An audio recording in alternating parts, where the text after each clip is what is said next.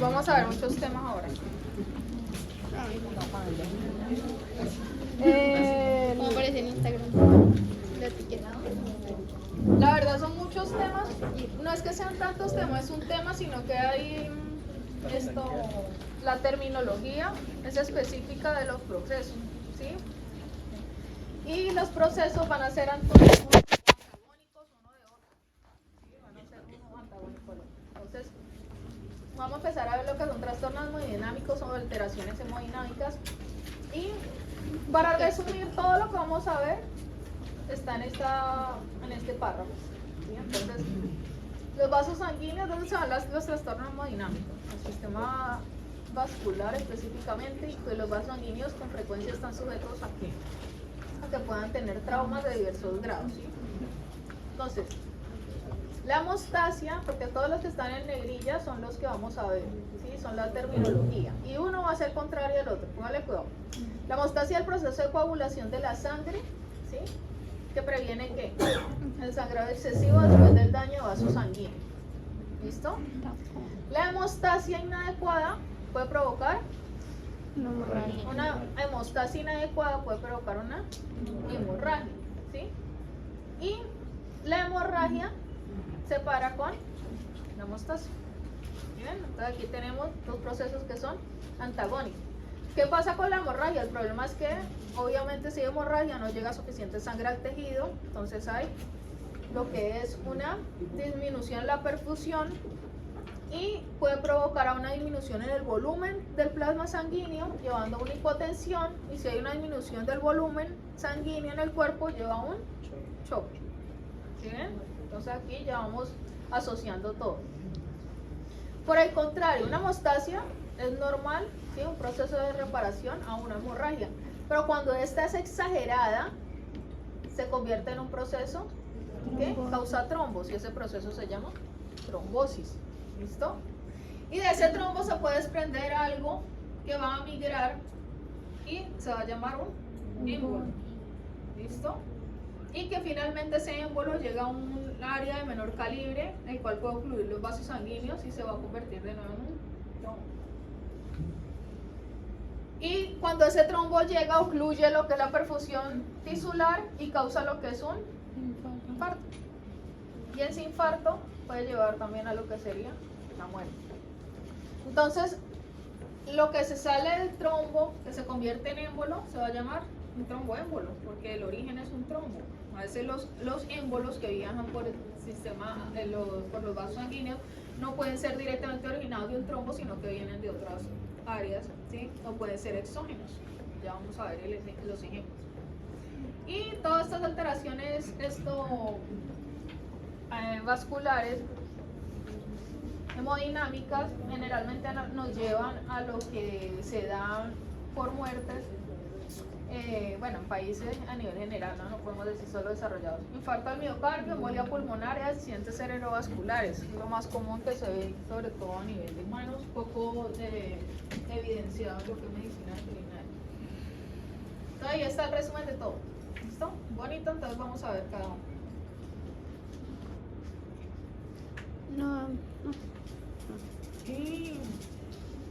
No, es que como que yo escuché que cuando, digamos, las mujeres planificamos con pastillas hay una posibilidad muy grande de que den trombos, pero no entiendo por qué. ¿Por qué será? Ya vamos a ver por qué. De fisiología. También en fisiología, ¿cierto? ¿Puedo pasar toda esa introducción? No la voy a echar. Circulación sistémica. De la circulación, ¿qué pasa? La sangre es importante, ¿por qué? Porque aporta lo que es oxígeno y nutrientes a las células, ¿no? Pero no solo da nutrición, oxígeno, sino que también saca los desechos para que mantenga una limpieza, ¿no? Entonces la importancia del metabolismo celular se da en lo que es la circulación sistémica. Entonces la circulación sistémica, se saben que bombea, ¿no?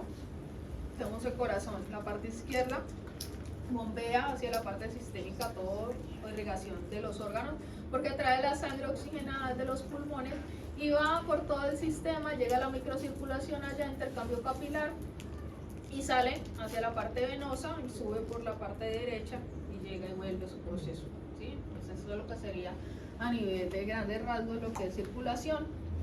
¿Y quiénes están comprometidos ahí? Entonces tenemos lo que toda la línea arterial, ¿no? Las arterias que tienen una capa íntima, toda la tónica íntima, media, adventicia. Íntima, la media casi no, y adventicia. Entonces la media de lo que es las arterias es mucho más gruesa, tiene músculo liso, que es lo que permite que haya vasoconstricción, vasodilatación, y las venas, pues prácticamente solo túnica íntima y adventicia, entonces solo endotelio, a diferencia de las venas grandes como la cava, que sí tiene bastante músculo liso, y la que está más cerca del corazón tiene parte de músculo cardíaco. En histología uno lo ve así, es bastante interesante. Lo tuvieron que haber visto en histología. Y ya a nivel, como ellos van disminuyendo el calibre, ¿sí? Llegan a lo que es nivel capilar. Y el capilar allá juegan una interacción los tres, el trío dinámico: capilar venoso, capilar arterial y capilar linfático. ¿Por qué? Porque la misma presión con la que llega la sangre, o sale la sangre de la aorta hacia los tejidos, es la misma presión con que llega aquí a los capilares. Entonces, por física, ¿qué sucede? El diámetro es menor, la fuerza hidrostática tiene que aumentar, entonces va a salir plasma al medio externo. Y tiene que haber un reciclaje, y el reciclaje lo hace el vaso linfático. El vaso linfático absorbe ese plasma extra que sale y lo convierte en linfa y ayuda a regular el equilibrio de líquidos, de fluidos en el cuerpo. Si no existieran los vasos linfáticos, pues edematizaría todo, o nosotros seríamos unas bolas líquidas como si fuéramos balones de agua, ¿sí? Porque la circulación sería más lenta en esta parte y el plasma saldría, ¿sí? Seríamos llenos como de trasudado y se disminuiría el proceso, se ralentizaría. Entonces, en el caso, digamos, cuando por ejemplo hay mucosele, que es acumulación de líquido, ¿qué pasa en el linfonódulo cuando, digamos, como que recoge todo ese líquido y lo tiene ahí y no lo drena, o cómo es el proceso de dreno?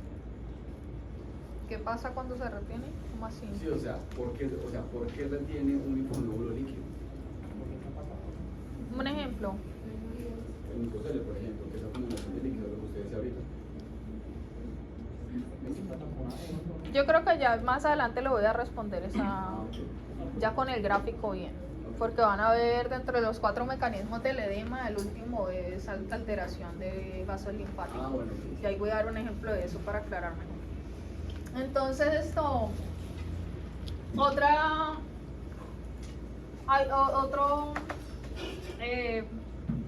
participante aquí importante de la circulación es lo que sería el endotelio, ¿no? La célula endotelial es muy importante, ya vimos, ayuda a la parte de la circulación como barrera, permeabilidad de los vasos, para que haya transmigración.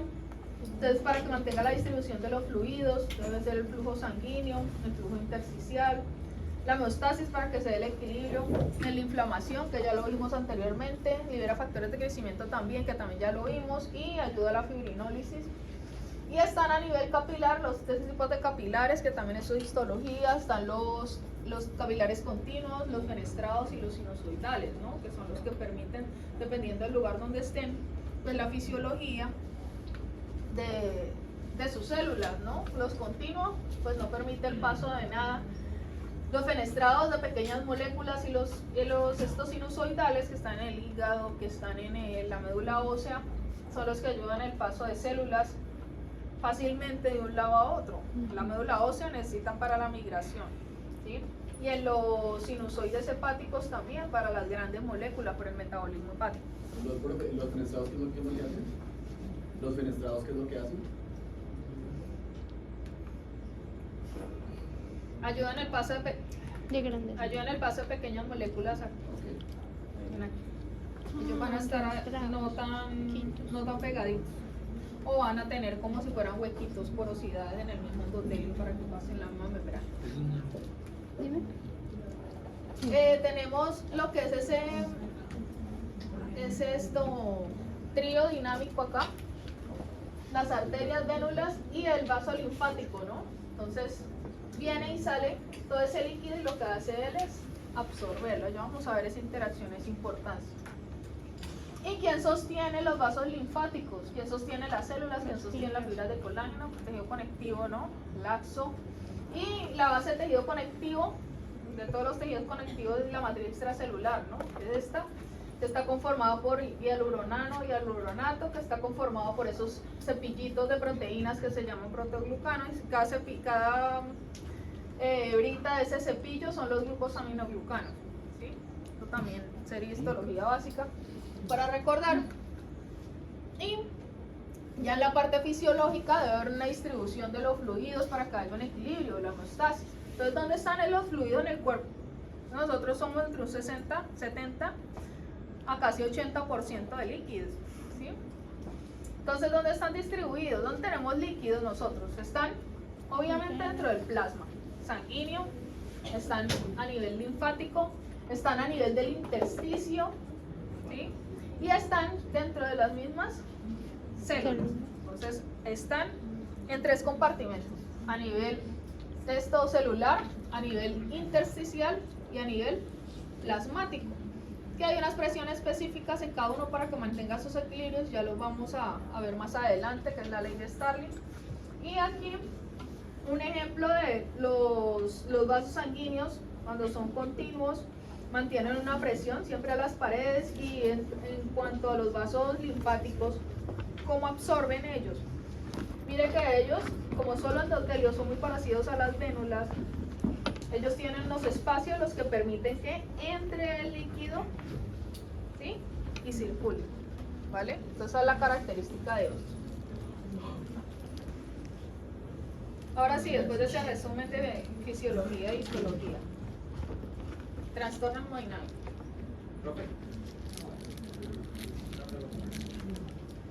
Entonces, una pregunta. Creo que una vez tocó el tema de, bueno, alguien le preguntó sobre cuál era el órgano más grande, y creo que por ahí había leído que uno que la piel, otros que el endotelio, otros tejido conectivo, dijo que el endotelio.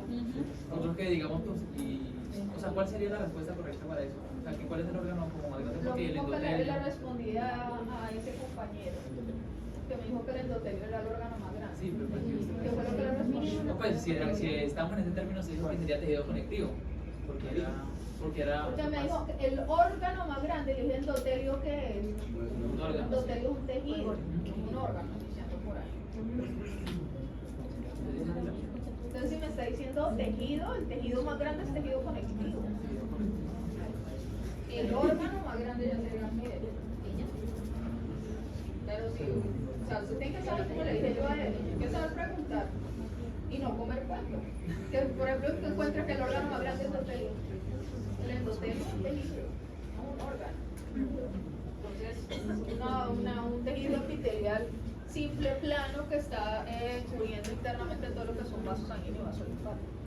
¿Sí? Ya, órgano es diferente, órgano es la composición de diferentes tejidos. Ya ahí distribución anormal de los fluidos. Después ya vimos toda la normalidad, ahorita sí entremos con patología. Entonces, ¿cuándo se puede distribuir anormalmente? Cuando hay una alteración entre los líquidos que hay en las células, en el plasma o en el intersticio, ¿sí? Están siempre esos 3 espacios que vamos a tener en cuenta aquí en alteración hemodinámica. Entonces vamos a ver 2 características. La primera, cuando hay un desequilibrio entre la parte intracelular y el intersticio. ¿Qué me puede generar un desequilibrio entre la parte intracelular y el intersticio? Alteración en el volumen del plasma. ¿Por qué? ¿Por qué se mete el otro compartimento? Porque resulta que cuando hay una hipo o hipervolemia, ¿qué sucede si hay una hipovolemia? O sea, disminuye el flujo dentro del vaso sanguíneo. Si disminuye el flujo dentro del vaso sanguíneo, significa que gana la presión oncótica o osmótica. O sea que atrae el líquido del intersticio y puede atraer el líquido de las mismas células para rellenar el líquido del plasma. O sea que hay una alteración entre estos espacios, ¿sí? porque el plasma va a absorber o traer por presiones y por ósmosis, por concentración, ¿cierto? Lo que sería líquido intracelular intersticial. ¿Qué otra situación me podría llevar a un desequilibrio entre estos dos espacios? Inflamación, ¿sí? ¿Por qué inflamación? Que recuerden que la inflamación, ¿qué hace? Cambios vasculares, vasodilatación, ¿listo? Y al haber vasodilatación, permite que aumente más el flujo por ese lado, entonces aumentaría el volumen de sangre en ese lugar donde hay vasodilatación, aumenta la presión hidrostática y por ende entra más líquido del vaso sanguíneo hacia el intersticio. Entonces me desequilibra, ya no hay tanto líquido dentro del vaso, sino que aumenta al intersticio. Ya vamos a ver eso de las presiones ahorita, ¿vale? Y la segunda característica es el desequilibrio entre los compartimentos intravascular e intersticial. Que cuando hay un desequilibrio entre estos dos, es lo que vamos a llamar edema. Entonces, hay 4 mecanismos que van a formar un edema. Entonces, vamos a ver que aumenta la permeabilidad microvascular, aumenta la presión hidrostática intravascular, aumenta la presión oncótica intravascular, disminución del drenaje linfático. Entonces, para entender primero todo esto, vamos a ver primero qué es edema y vamos a ver esto de las presiones. ¿Listo? Para tener claro y no enredar. Entonces, empecemos con lo que es edema. Entonces, edema es líquido que se distribuye normalmente entre el intersticio, las células del espacio intravascular y vuelve y juega ¿qué? Los mismos 3 compartimentos. ¿Cómo así? Resulta que nosotros ya vimos uno anteriormente, fue en el primer tema. Edema celular, hinchazón celular, cambio hidrópico celular, y es cuando ¿qué? Yo le enseñaba que por ósmosis la concentración externa, ¿cierto? Hay permeabilidad de la membrana y llega y entra el líquido hacia la célula y esta aumenta y ese es el cambio hidrópico. ¿Sí lo recuerdan? Y ese ya lo vimos, o sea, hay una alteración entre el compartimento externo, que sería intravascular, al intracelular. Y para entender esto, de las presiones, entonces viene lo que es la ley de Starling. ¿Qué dice la ley de Starling? ¿Qué dice la ley de Starling? Dime tú. Entonces tenemos, por física tenemos un recipiente y un recipiente ocupa, un líquido ocupa un recipiente. El líquido dentro de todo recipiente hace una presión hacia las paredes que lo contienen, ¿sí? O sea, en física está esa ley. No me acuerdo cómo se llama, pero bueno, esta sería la ley de Starling entonces. Sería la misma que aplicamos aquí en biofísica, ¿no? Tenemos el vaso sanguíneo. ¿Qué hay dentro del vaso sanguíneo? Normalmente hay un líquido laminar, fluido laminar, que pasa constantemente y ese sería la sangre. Ese fluido laminar lo que hace es hacer una presión hacia la pared de los vasos. Esa presión hacia la pared de los vasos se llama presión hidrostática, hidro de líquido hacia los vasos, se estira. Pero pues no puede ser toda esa presión, usted sabe que en el cuerpo siempre hay una homeostasia y un equilibrio, ¿sí? Debe haber un equilibrio, entonces siempre que hay algo, tiene que haber algo que lo contrarreste. O sea, está la presión hidrostática del líquido hacia afuera, pero si existiera solo eso, ¿qué pasa? Pues sale el líquido, el agua, por decirlo así, hacia el intersticio. Entonces mantendríamos con una hipovolemia y pues no estaríamos vivos.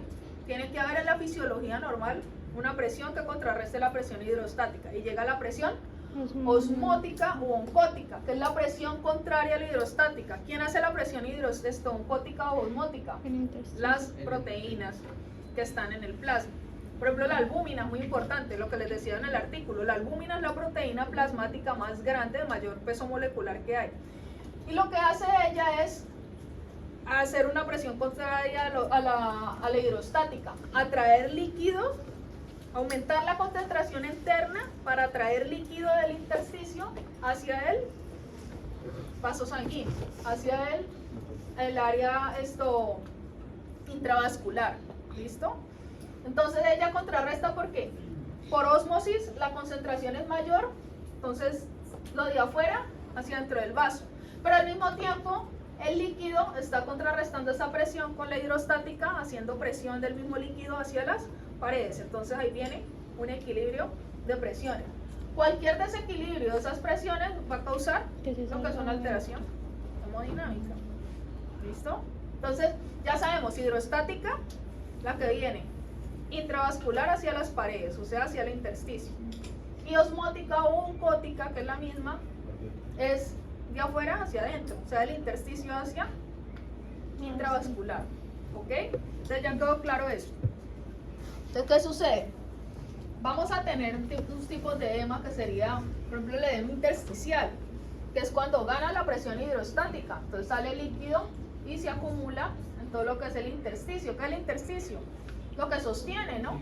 Entonces el tejido conectivo. Entonces tenemos matriz extracelular, el estroma de los órganos, que es el mismo tejido conectivo. Edema intracelular, que es el que vimos, hinchazón celular, cambio hidrópico, edema celular, que es cuando las células se llenan de líquido por aumento de la permeabilidad de la membrana celular. Y la hipervolemia, cuando hablamos de volemia, aumenta el volumen de sangre. Entonces, ¿qué es la hipervolemia? Un aumento en el plasma sanguíneo, generalmente. ¿Listo? Entonces, ahí tenemos los tres tipos de edema. Puede ser edema intersticial, intracelular, que ya lo vimos, y la hipervolemia. ¿Cómo se diagnostica clínicamente y se explica patológicamente? Entonces, cuando hay un edema generalizado, a nivel clínico se explica como un signo de anasarca. Anasarca es cuando está todo el edema, ¿sí? Está todo el cuerpo hematizado, entonces se ve todo hematizado, entonces clínicamente uno dice, tiene anasarca. Cuando dicen tiene anasarca, uno ya sabe que hay un edema generalizado. Hay un signo para ver a anasarca, que es el signo de Godet, que es cuando uno hace presión con el dedo en el área y queda marcado, ¿sí? Queda marcado ahí que está hematizado, entonces ahí queda ese signo de Godet, que eso lo van a ver en clínica o medicina interna, ¿no? O en semiología, no sé, en uno de esos. En 3 de semestre. Pues ya dependiendo del lugar, ¿no? Entonces edema dependiente, por ejemplo, si el lugar, vamos a ver mucho lo que sería edema pulmonar, porque los pulmones tienen mucho que ver con lo que es el movimiento cardíaco, el funcionamiento del corazón. Si hay una alteración a nivel izquierdo, generalmente va a presentarse un edema pulmonar, porque se devuelve, ¿sí?, la sangre que se va acumulando en el corazón por una falla a nivel izquierdo. Donde hay cámaras de líquido, por ejemplo en el ojo, ¿sí? El humor acuoso y vítreo son cámaras anteriores a la córnea, entonces si se aumenta su presión puede llevar a que traspase ese líquido hacia la parte delantera, que sería la córnea, y se genera un edema corneal. El encéfalo es bastante delicado y tiene unas barreras, ¿no? Entonces está la barrera hematoencefálica, la linfática, la barrera que más, yo le enseñé en la clase pasada. La barrera, el viernes, usted me dijo. La barrera linfática, la barrera hematoencefálica y la barrera con líquido cefalorraquídeo. Entonces, como hay tanto líquido alrededor de tejido nervioso, sobre todo a nivel central, pues puede ser más fácil y más susceptible este órgano que se genere un edema, ¿sí? Que pase lo que es ese líquido hacia allá. Profe, la citis es lo mismo que el edema. ¿La qué? Asitis. Ah, ya vamos a ver eso. Es lo mismo, ¿no? Sí, es un edema a nivel de la cavidad Es parietal. solo abdominal, la citis, pero... Peritoneal, vale, Bueno, y entonces... Téngalo. Y esto, linfedema, pues ya sería causado por alteraciones de los líquidos directamente en los vasos linfáticos. Y mixedema ya será una mezcla en todo aquí en este trío, ¿no? Ya puede ser linfático con vascular. No vuelvo a preguntar nada a usted. La hace quedar mal, profe. Entonces, esta palabra ya la vimos, ¿qué es derrame?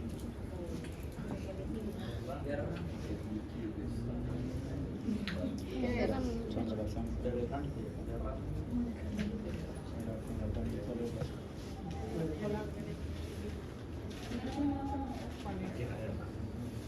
¿Qué derrame? ¿Una acumulación de líquido? ¿De líquido dónde? Que se sale el líquido de algún lado. Toda acumulación de líquido lo vemos en inflamación serosa cuando hay acumulación de líquido en dos espacios potenciales, o sea, en dos membranas serosas, ¿no? Entonces, en pericardio, en peritoneo y en pleura. Sí, me acordaba. Ay, va a estar interesante este parcial final, ¿no? Recuerden que es individual oral. Entonces, una sola pregunta, la que les sale de todo lo que ustedes verán. ¿Qué estudiaron ustedes tan grave? Están muy flojos. ¿Creen que porque les fue bien en este corte el otro va a ser igual? Acuérdense que el otro es de 40%. Entonces, 40. Esto, y no le fue muy bien el primero, entonces póngase las pilas. Vías que llevan a un edema generalizado. Me lo digo porque lo advierto. No es que todo sea chévere, es que a mí no me gusta ver las caras repitentes del siguiente semestre. Yo les ayudé ya en el segundo corte, ya ustedes ayúdense en el tercero.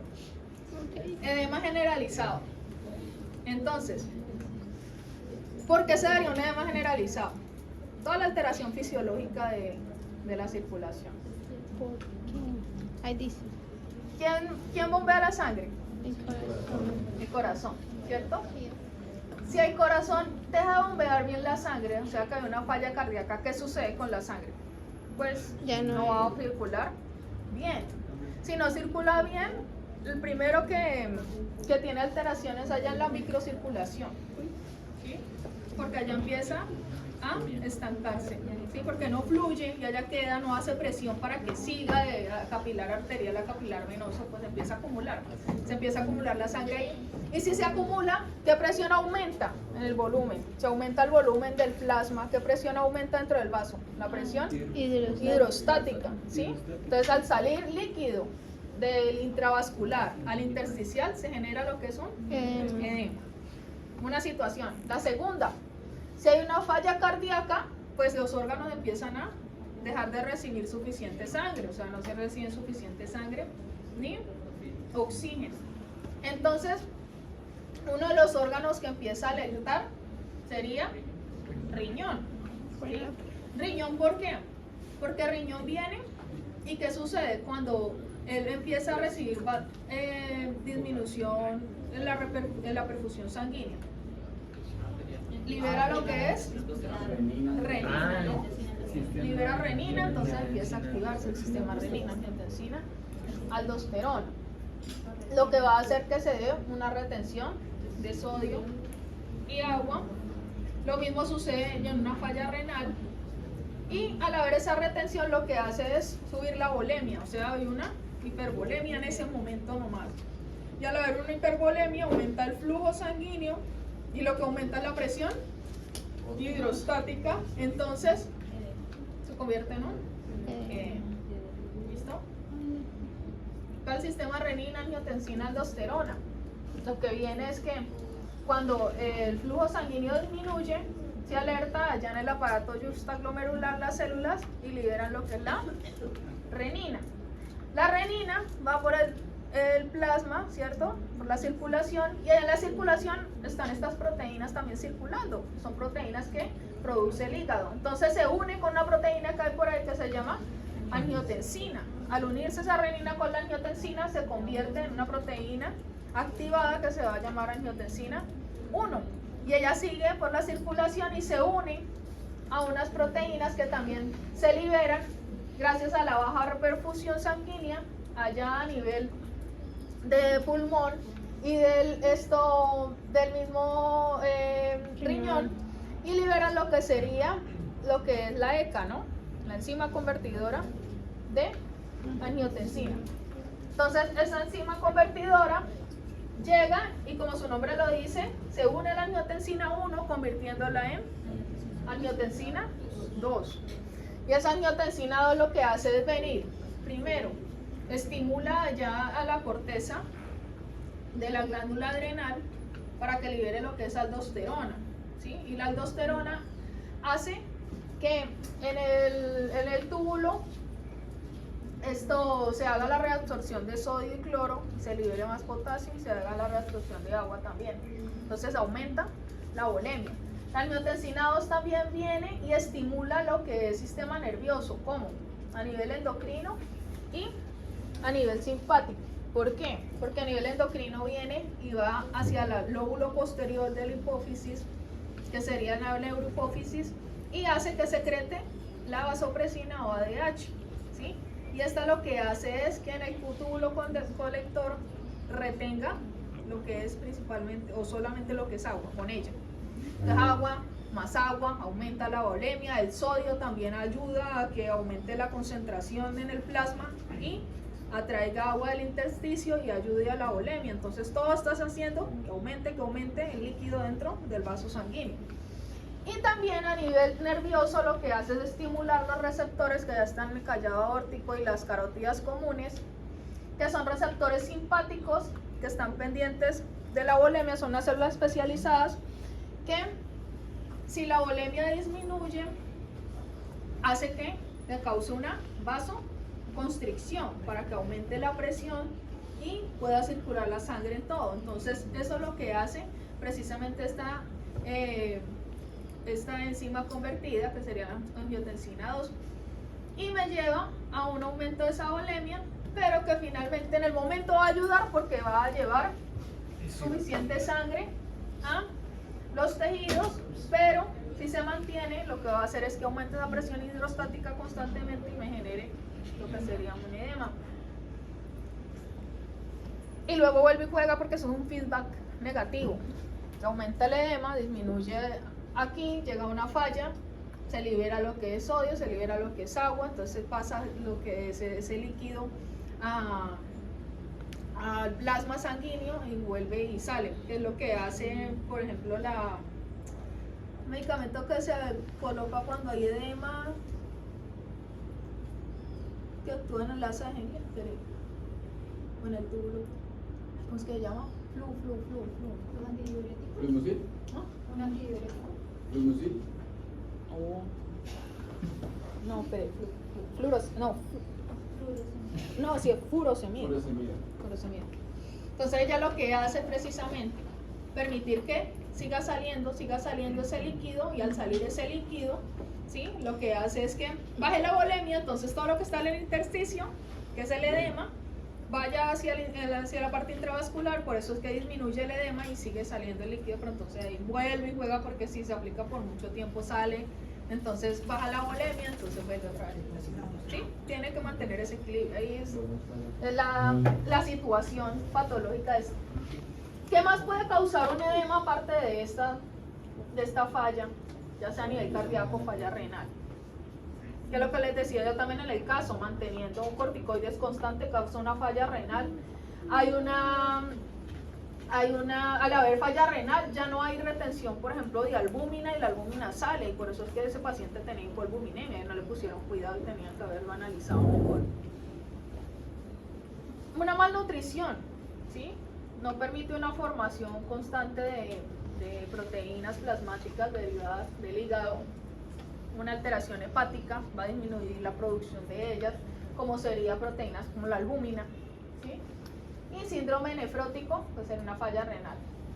Esto que me libera lo que es la albúmina y no la retiene. Entonces todo eso hace que la albúmina plasma disminuya, y al disminuir las proteínas en plasma, pues disminuye lo que es la presión osmótica u onfótica. ¿Listo?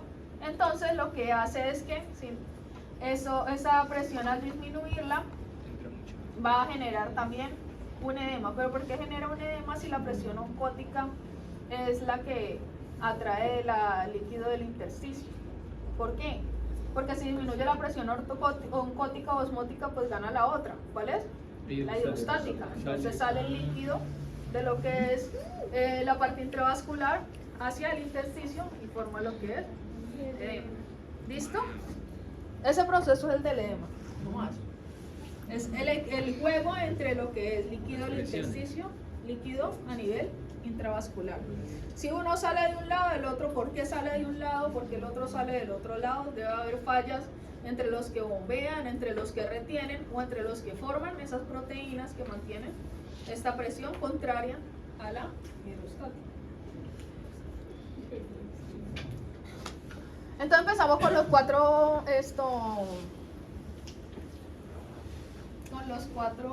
mecanismos del edema.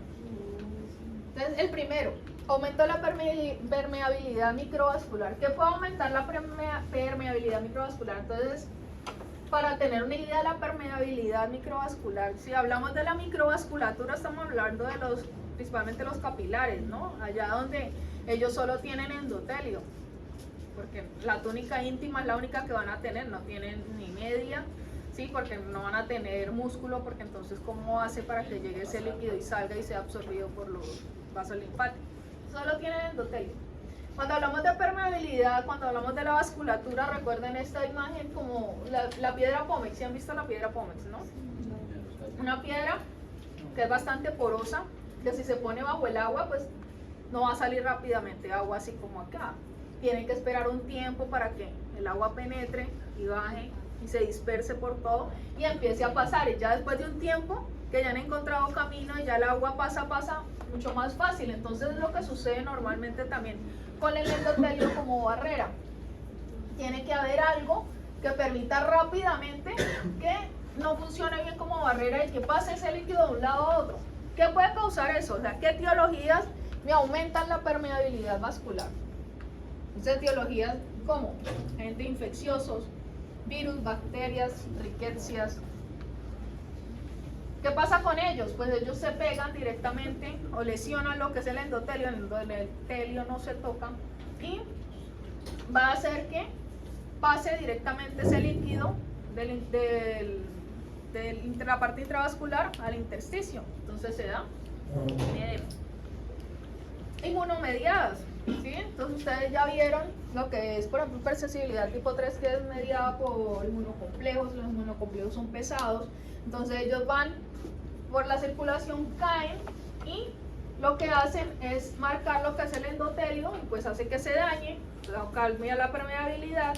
Aparte, los inmunocomplejos son grandecitos, si llegan a la microvasculatura, pues allá llegan rápidamente y lo dañan, no caben, no pasan, ¿sí? Ellos quedan ahí, entonces la marcan y dañan la permeabilidad porque dañan el endotelio. Hipersensibilidad tipo 1 también. Las toxinas, anomalías de la coagulación y anormalidades metabólicas. Esta anormalidad de la coagulación la vamos a ver ahora, el por qué. Tienen que ver con la generación del edema, por qué me van a dañar el endotelio, y alteraciones metabólicas como síndromes, diabetes mellitus,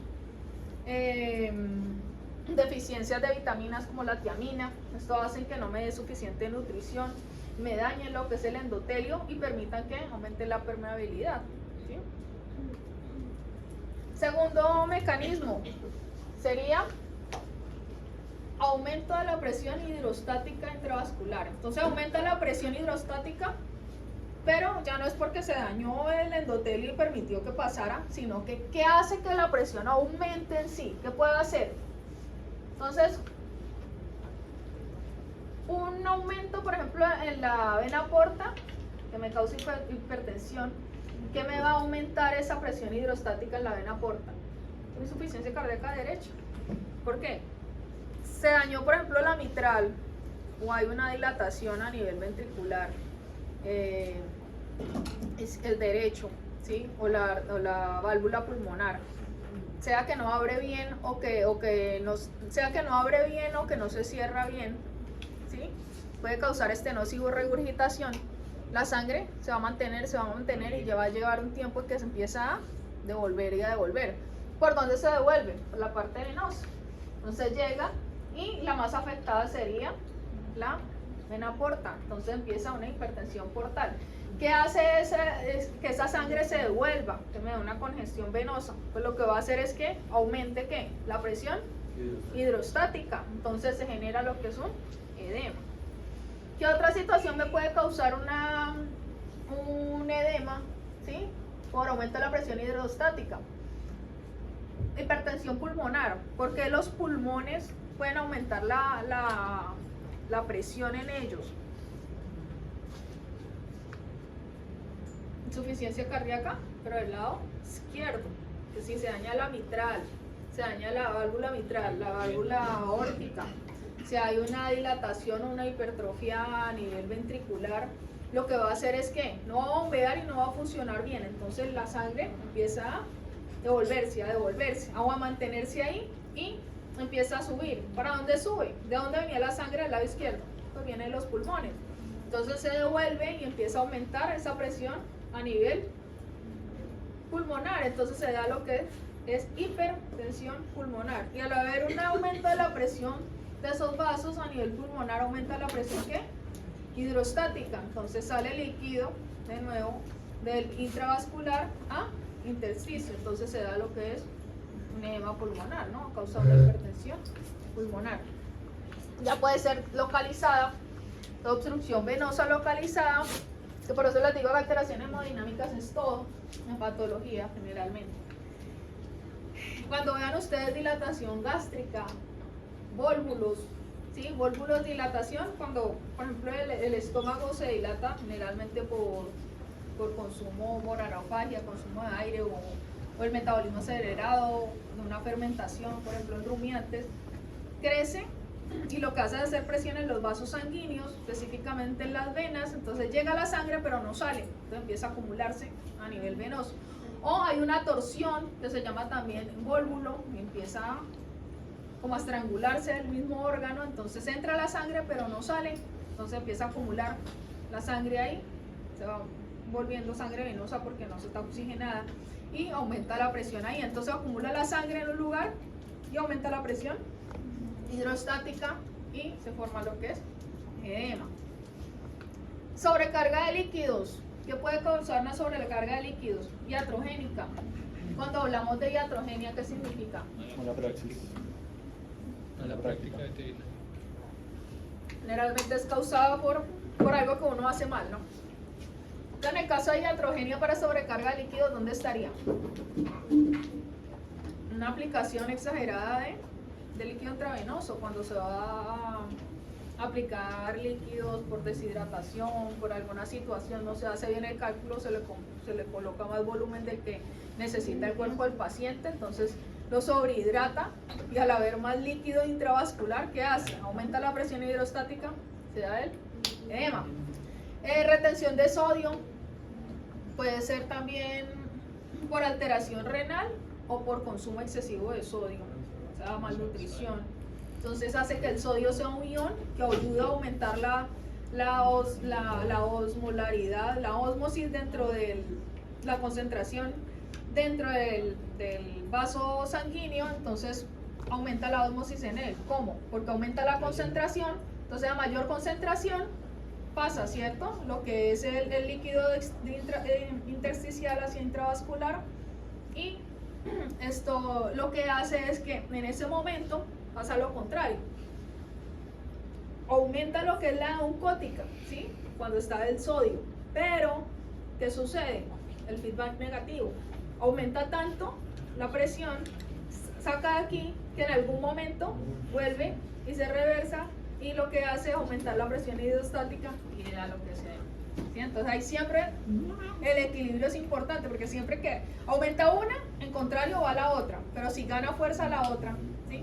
Entonces ahí está. Insuficiencia renal, que ya la hablamos. Hiperemia. La hiperemia sería que como esa coloración rojiza que uno ve allá, recuerdan allá en inflamación, que se da por la vasodilatación que se dan los vasos, la sangre que está en ese lugar. Entonces hiperemia la podemos ver a nivel de patología con una respuesta inflamatoria, o a nivel fisiológica cuando hay mucho calor, ¿sí? Cuando están corriendo, cuando están haciendo algún ejercicio, fisiológicamente tenemos hiperemia, entonces ponen todos rojos porque hay una vasodilatación para liberar lo que sería calor. Todo lo contrario pasa en el frío, ¿no? No se ve todo pálido porque hay vasoconstricción, porque retiene calor. Tercero, disminución de la presión oncótica intravascular, ¿sí? Disminución de la presión oncótica intravascular. ¿Qué disminuye la presión oncótica? La presión oncótica es la que hacen las proteínas, que contrarresta la hidrostática, o sea, la que hace que atraiga líquido de afuera hacia dentro del vaso. ¿Qué puede hacer que me disminuya esa presión? Pues que no haya suficiente cantidad de proteínas.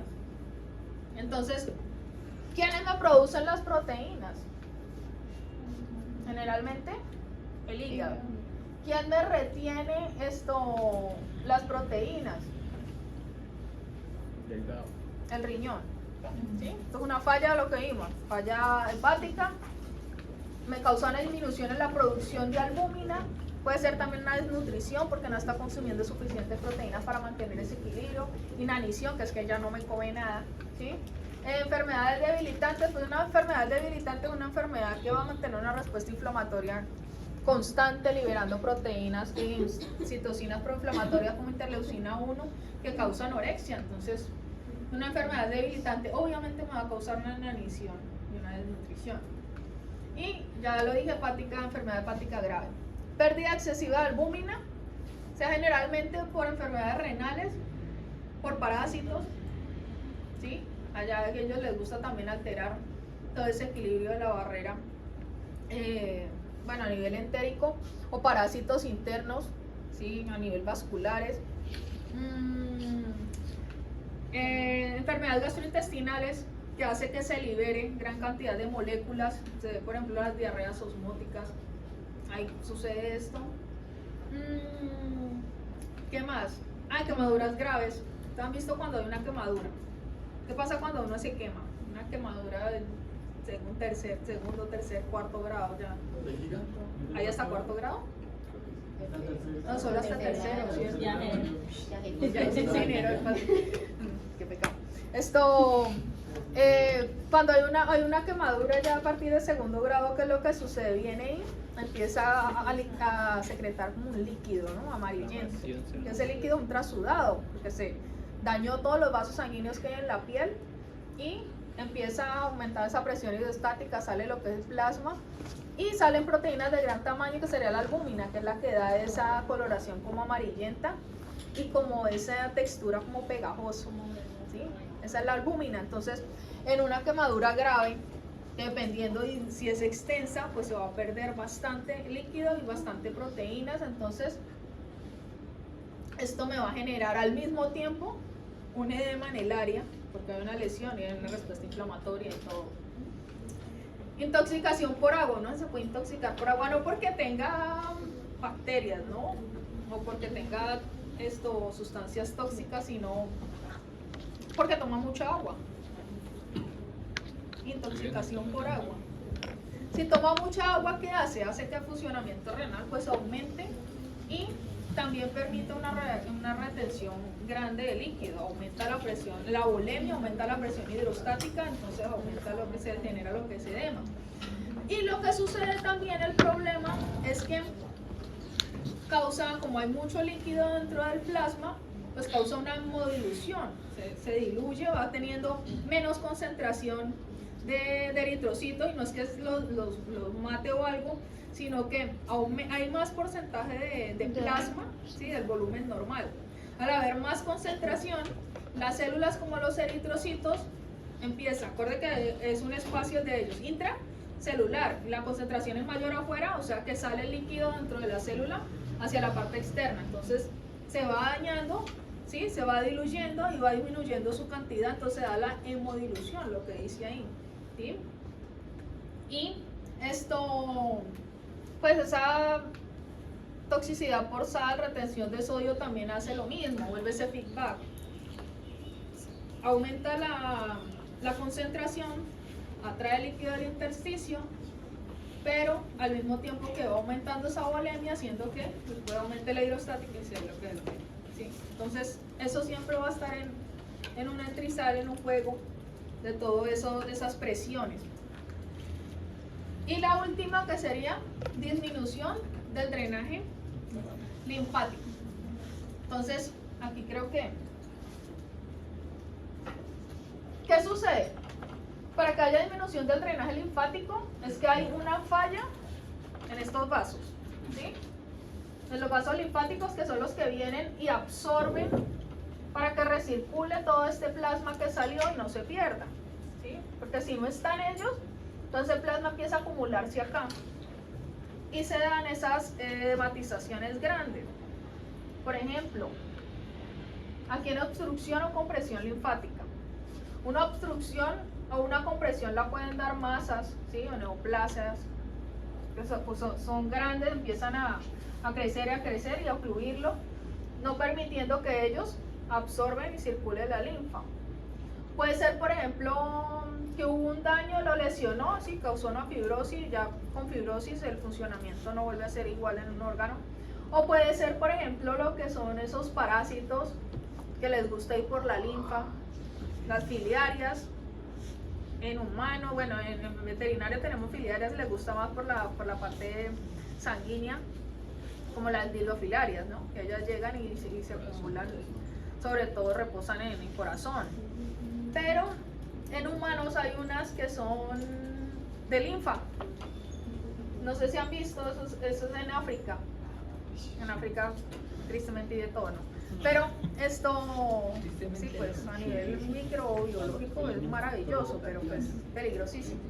Entonces hay unas filiarias que les gusta posarse y son grandísimas, son como de centímetros, esos gusanos que llegan acá dentro de los vasos sanguíneos, dentro de los vasos linfáticos, entonces los obstruyen.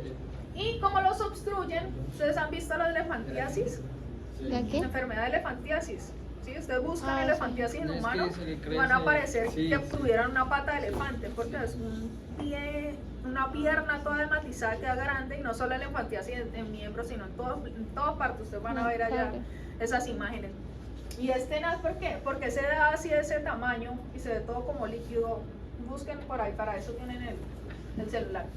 Y lo que sucede es que como hay obstrucción y están los parásitos dentro, no permite el funcionamiento. Entonces llega el líquido, ¿sí? La sangre con toda esa presión, y empieza a salir lo que es plasma. Entonces, que lo poquito que pasa aquí, sigue la circulación normal, pero ese plasma queda aquí y aumenta.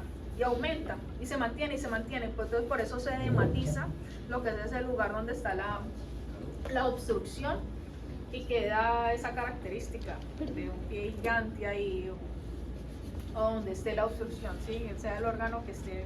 Profe, ¿el vaso Encuentren linfático imágenes que- también maneja las mismas presiones? ¿Quién? ¿El vaso linfático, hidrostática y osmótica? Sí. ¿O tiene más osmótica? Por lo No. que- ¿no? ¿Normal? Igual. Más osmótica. Pues, Más fuerza la presión. Mantiene la misma presión. La gracia de él, que permite que entre el líquido, es porque esto, ¿se acuerda de los capilares que les mostré? Ujú. Que ellos son capilares fenestrados. Entonces, al tener espacios, permiten que Entren. entre, ¿sí? Que por presión están aquí. Entonces sale y entra ese líquido tal y maneja, y él sigue su circulación y mantiene. Tiene que tener claro su misma presión, ¿por qué? O si no, saldría y no haría nada, ¿sí? Porque los circula y va a aumentar la hidrostática, pues mantendría lo que es ese edema. Entonces no, tiene las mismas características entre presiones, pero la diferencia es que ellos aquí no manejan una continuidad del endotelio, sino que es fenestrado, lo que permite el ingreso de ese plasma y se recicla, ¿vale? Bueno, y otros agentes etiológicos infecciosos que pueden llegar a acumularse, ¿sí? Y obstruir y no permitir el funcionamiento de él. Entonces, si no hay funcionamiento de linfa, porque siempre los vasos linfáticos van a estar al lado de vasos sanguíneos, allá ayudando a esa absorción.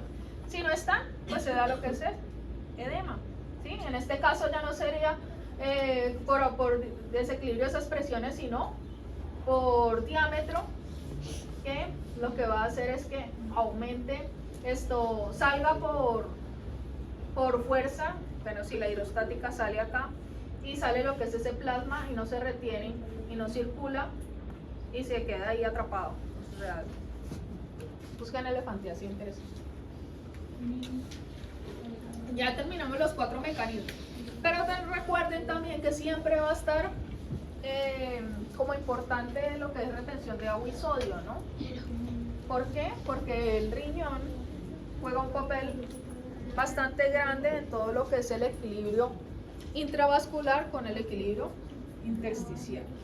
¿Listo? Entonces, él hace retención normalmente de agua y sodio para mantener esa volemia. Dependiendo de lo que haya, pues hay una liberación o no.